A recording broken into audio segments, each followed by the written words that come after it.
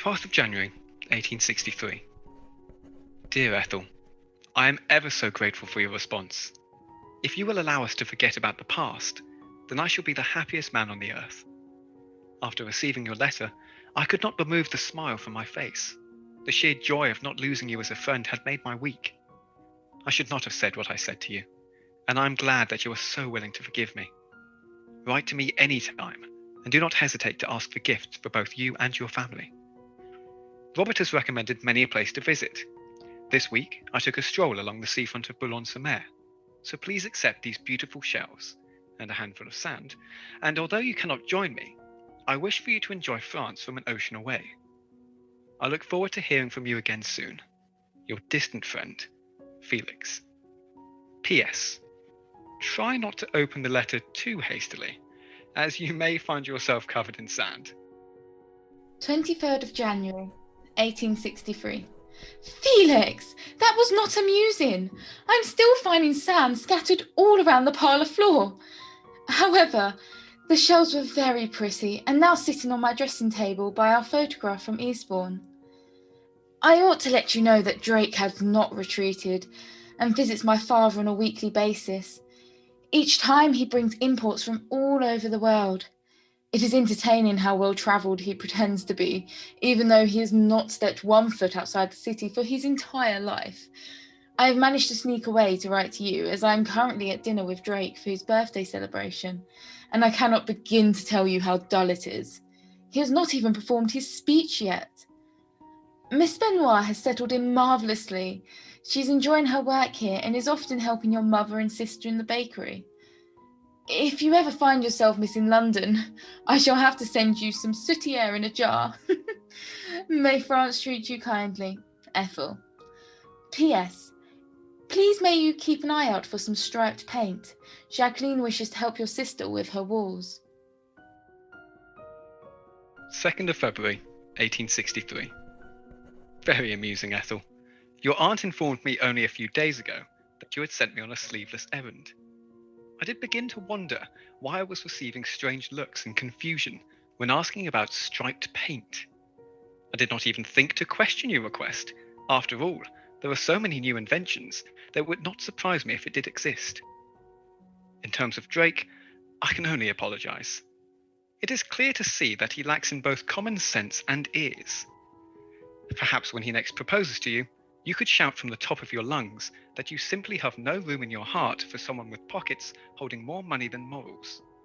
Let us pray that he will understand this time. Your aunt is a lovely woman and ensures me that I shall find a wife out here.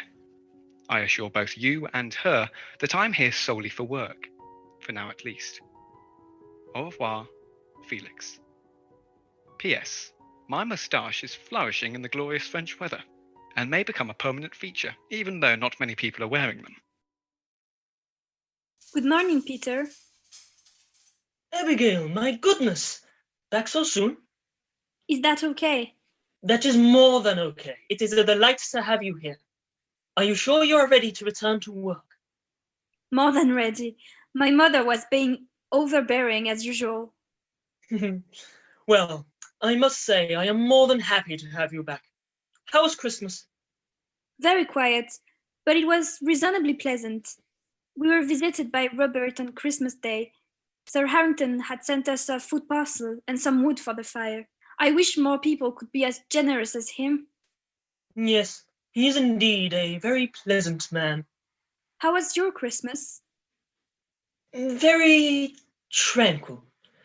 I spent some time with my mother, and we visited my father's resting place, as we always do come Christmas. There is some hot water boiling. I will finish in here, and then I shall be able to help you prepare breakfast. Thank you. Abigail, you're back. It's so good to see you. I hope your family are well. We are as well as we can be. Brilliant, because I have some dresses that need fixing up. Edith, Abigail has only just returned. Allow her to settle in, please. Oh no, it is okay, sir. I would prefer to get back to work as soon as I can. Very well, but please take as many breaks as you see fit. Thank you, sir. Morning, Father. Good morning, Agatha. How did you sleep? Very well. And you? As well as one possibly could for a man with decisions to make. Decisions such as? Regarding Ethel and Drake. Oh, what decision is that? I shall not worry you about it. Very well. Good morning, all. Robert. Father. Good morning, Father. Ah, Ethel. You are dressed early. Yes, I shall be going out with Constance. Constance? Yes, Felix's sister. I had promised to take her for lunch today. Well, you may need to rearrange. Why would I need to do that, Father? Because I have arranged for you to go to lunch with Lord Drake. You have done what? I knew you might not take it so well, so I will happily speak to Constance for you. I do not want to go to lunch with. Lord Drake for you, sir. Yes. Good morning, Anthony. Good morning, Harrington. Robert. Ladies. Good Good morning. Ethel, you look ravishing. I hope you did not put in all this effort just for me. Actually, I did not. Oh? I was meant to be going out with Constance. Ah, yes. The lovely Miss Primrose. It is a shame, but I'm sure you can reorganize. After all, it is I who is at your door ready to collect you. Yes, but we are about to eat breakfast. I see. Perhaps I could join you. Yes, of course. Peter, can you grab Lord Drake a chair, please? Of course. Thank you, good sir. Your chair, sir. Thank you. The tea, sir. Oh, Lord Drake, I did not know you were joining the family. Allow me to grab an extra cup. Oh, thank you, Abigail. How have you been? It is so lovely to see you back to work again. Thank you, my lord. No, thank you. What's up with him? He's being terribly polite. It simply does not suit him. Maybe he has been concussed. Could we ever be so lucky? Your cup, sir. Very swift indeed. You should give her a raise, Harrington. This girl works very hard, even though she faces troubles of her own. You are too kind. Will that be all for you, Sir Harrington? Yes, Abigail, for now. Yes. Here, Miss Abigail, take this. It should cover some of your living costs this month. I couldn't accept this, my lord. Oh, hush now. I insist. Miss Ethel, a letter for you. Thank you, Peter. We shall leave you to your breakfast. Thank you, Peter. Did you sleep well, Anthony? Very well indeed, young Edith. And how did you sleep? Very comfortably, thank you. I am more than happy to hear that. How did you sleep, Ethel? I slept much better before knowing you were arriving. Ethel, how can you be so mean? It is all right, Edith. I do not need you to defend her. She has her own opinions, and I apologize if I have caused any disturbances. After all, I must appreciate her mind, as she has some wit and brilliance behind those beautiful eyes of hers. Well, perhaps you should be heading off before too long. You would not want to be late for your reservation now, would you? Of course not, sir. Ethel, allow me to fetch your coat and gloves. Father, are you going to tell me what is going on, or will I have to guess? It's just one lunch. Father, he has been on our doorstep almost every day with flowers and letters. Now he has turned up for breakfast. You do not put this much effort into my other sisters. Please do not argue with me today. Your coat and gloves, Ethel. Thank you. Take my arm. Let us go. Father. Not today, Robert. But father. I said not today, Robert. Good morning, sir. Jacqueline, you do know there is no work today. I know. It is just that I have come to see Edith. You have? Of course. I have got you a little gift. Really? Yes. I am sorry to have interrupted during breakfast. That is quite okay. I finished eating for this morning. Father, may I go with Jacqueline? Yes, Edith, you may. Ah, is that the time? Excuse me, children. Father, where are you going? I have something I need to attend to. I shall see you all later. 2nd of February, 1863. Dear Ethel. Captain, Yes, ma'am. how are the finance reports coming along? Very well, ma'am. The statistical reports have been posted, and we shall get the responses by tomorrow noon. Brilliant news. How are you finding your office? Well, it is very large. I'm not quite accustomed to the size, or its climate for that matter. I did warn you that it'll be very warm today. I shall fetch you a larger shirt. Do not feel as though you have to wear your jacket and waistcoat for every hour of the working day.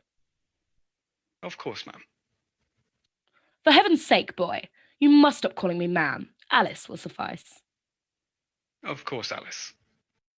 Would you like someone to fetch you a drink? Oh, no. I shall get myself a glass of orange juice in a moment. Don't be so silly. Lucy, Yes, ma'am. fetch our apprentice here some orange juice and get him a fresh roll. It is almost lunchtime, and I do not believe this man has eaten yet. Right away, ma'am. Bless her. Such a pretty girl, but I can't seem to pass her off to any man. She reminds me an awful lot of Edith. That is probably because she does not have much of a thinking brain. I brought her with me from London in the hopes that I could match her with Robert, but he was too caught up on Miss Helen. She would suit you very well, my dear boy. Oh, no. She deserves much better than me, Alice. You are too modest, Captain, but I suppose if you will not wed her, I shall have to move on to French men. Are you sure I cannot tempt you? I know you enjoy the simpler things in life. I do. However, I have come here to work, and that shall be my main focus until returning to London. You must allow yourself a little fun, Felix. All work and no play will make you such a dull man. I assume this is that military discipline that General Marley instilled in you. I suppose it must be. Your bread and orange juice, sir. Ah, thank you, Lucy. Run along now. I'm sure our other workers need some refreshment. The two of you would look awfully sweet together. I'm sure that we might. But if you do not mind, I should like to return to my work. Of course. And I shall bring you a new shirt. Enjoy your refreshments. Dear Ethel, how have you been recently? No. Sincerest apologies for bringing young Miss Ethel home later than expected, good sir. Bah, that is quite all right. I'm glad you two had such a wonderful afternoon. It was rather splendid. Sir, if I may have a word with you in study? As you wish. Where is Edith? She is with Jacqueline. Wonderful. Oh, is it? This woman has just waltzed into our lives and brings French fashion and ideologies to this house. She is just trying her best. It surely couldn't have been easy for her to leave her entire life behind in France. Perhaps she was like Robert and did not care about her family. Agatha, where is this coming from? Edith is my sister, and I do not want anyone to take advantage of her innocence, especially not someone from France. Oh, Agatha, please. She's not that bad. Something is not right with her. She has a strange aura around her. I have not heard Edith laugh this much since we were younger. It sounds genuine. I believe it makes her happy to have a friend who is not her sister. Where is Robert? He has gone for dinner with Helen. I suppose I should ask how your afternoon tea was. The food was delightful. And the company? Positively charming. What? Wait a moment. I thought you were meant to be out with Drake. I was, but it was quite normal. He seems to have developed a brain and some empathy. At one point, he almost seemed interested in what I had to say. But 3 gritted teeth, no doubt. I was hoping so, but his jaw was unclenched the entire afternoon. How strange. Strange indeed. Perhaps he has realized materials and obnoxious views won't win you over. Maybe he was only like that to get your attention while Felix was in town. You know how it is with men, whoever has the loudest voice and all that. I suppose. Maybe he felt threatened in Felix's presence. After all, he's an ex-captain, and until recently, Drake was simply an apprentice. It is clear that this afternoon has stirred up some feelings you could not see clearly when Felix was around. Wait, no, I don't see Drake like that. So naive.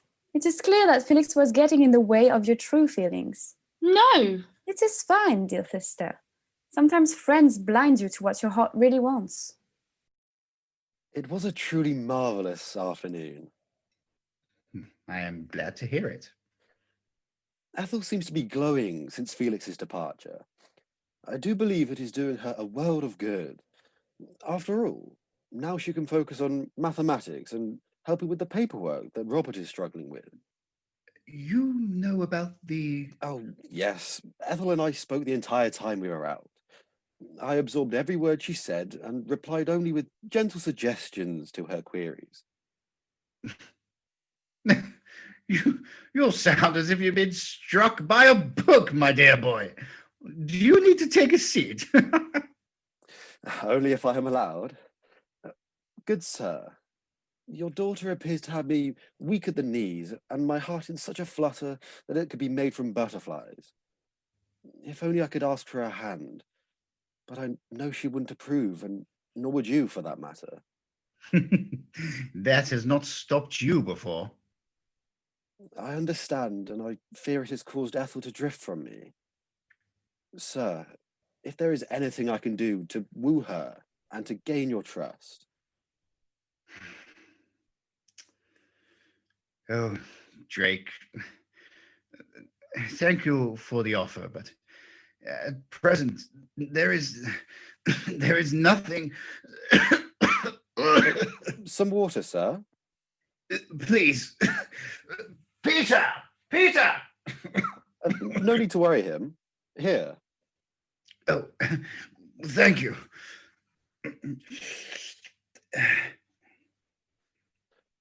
Shall I get Ethel? No. Please, if you could fetch Dr. Newman. Of course, sir. And Drake, not a word of this to my girls or Robert. You can have confidence in me, sir. 28th of February, 1863. Dear Felix, I write with confusion-doused ink. There will be no clarity for a while. I am sure you are aware of Drake's plans to change my mind about him. No doubt he informed you before you left. A man so commonly vile as him would surely tell you of his plans. If he hasn't told you anything, then forgive my assumptions. He has become one of the most approachable men in London, and has no fear in donating his food waste and excess coins. It is a frightful change, even though I must say he has become awfully polite to women. I hope you are living well in France, and not being too distracted by the wonderful views. Stay safe, my good friend. I miss you terribly. Ethel. 4th of March, 1863. Ethel, I hope you are doing well. I am glad you were aware of the confusion you have caused. Did I read correctly that you believe Drake has become a decent man? After what happened to Beckett, I'm surprised you are following the trail of pleasant words falling from his mouth. However, I must not be too critical of his change. After all, I am no longer in London, and it would be unfair to judge the manners of a man when I am not close enough to see them for myself. France is well, but I fear your aunt is trying to arrange a rendezvous between one of her staff and myself. Fear not. I do not know her well enough to assume there is some ulterior motive for your aunt to become a matchmaker. Yours, Felix. You have been listening to episode 4 of Letters to Felix, voiced by Lewis Agrada Walsh as Felix Primrose, Mia Tomlinson Fox as Ethel Harrington, Rhys Clydesdale as Sir Quintus Harrington, Ollie Welch as Anthony Drake, Dan Falsham as Joseph Beckett and Peter, Alice de Robert as Agatha Harrington, Hanin Cunningham as Edith Harrington and Lady Alice Harrington, Oceana Long as Abigail and Jacqueline Benoit, Josh Hastrup as Robert Harrington, with a special appearance from Imogen Kelly as Lucy.